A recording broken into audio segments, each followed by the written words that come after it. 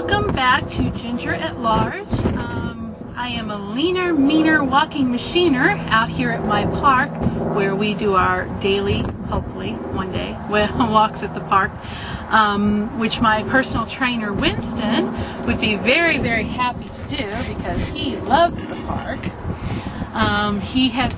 This is basically, it's named Redbud, but it might as well be called Winston Park because he has peed on every tree, curb, rock, bush, bench that there is. But we're going to talk about today's message from the great outdoors. Due in part, it's a beautiful day and it's a day to get outdoors. My blog today is more of a discussion that I kind of ran across totally by accident. I was online, my screenwriting page. Welcome to West Texas. If you don't like the weather, just stick around 15 minutes, it'll change. And it ended up in this weird kind of maze taking me to the eHarmony site, which I never look at anyway because I'm married and not looking, so I really don't care. But one of the topics of the message boards kind of caught my eye, and it was a male who had apparently been on some dates with eHarmony ladies, and was asking the question of how do you deal with the common problem of when a woman is heavier than she says she is.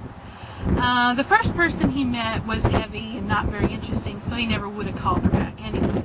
The second woman, he said, was interesting and attractive, but he would never consider dating her unless she lost a few pounds.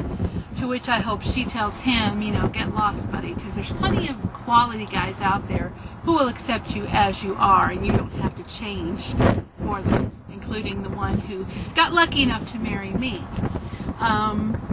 But the whole concept of that, and this is kind of more geared for the women than the men, because men who have problems with fat chicks ain't watching this blog. So this is more for the women out there who may be single and may be tempted to lie about who you are to get a guy. And this is my experience and what I found to be true. When I first went online, I was very deceptive about my appearance. I'm obviously very overweight. I wasn't very confident in my appearance.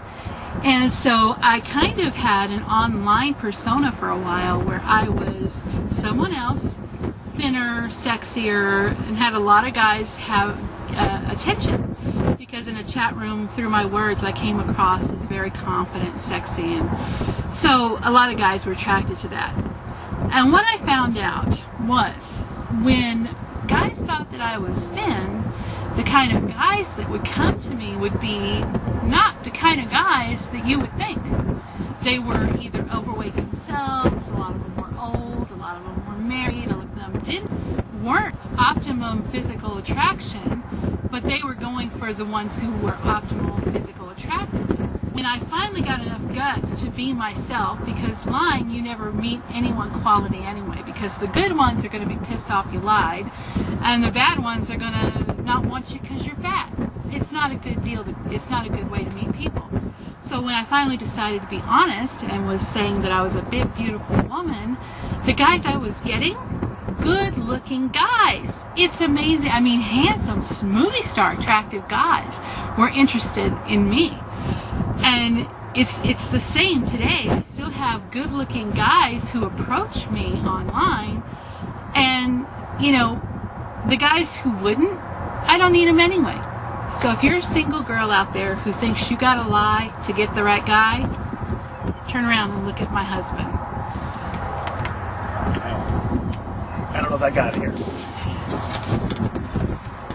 See that handsome guy right there?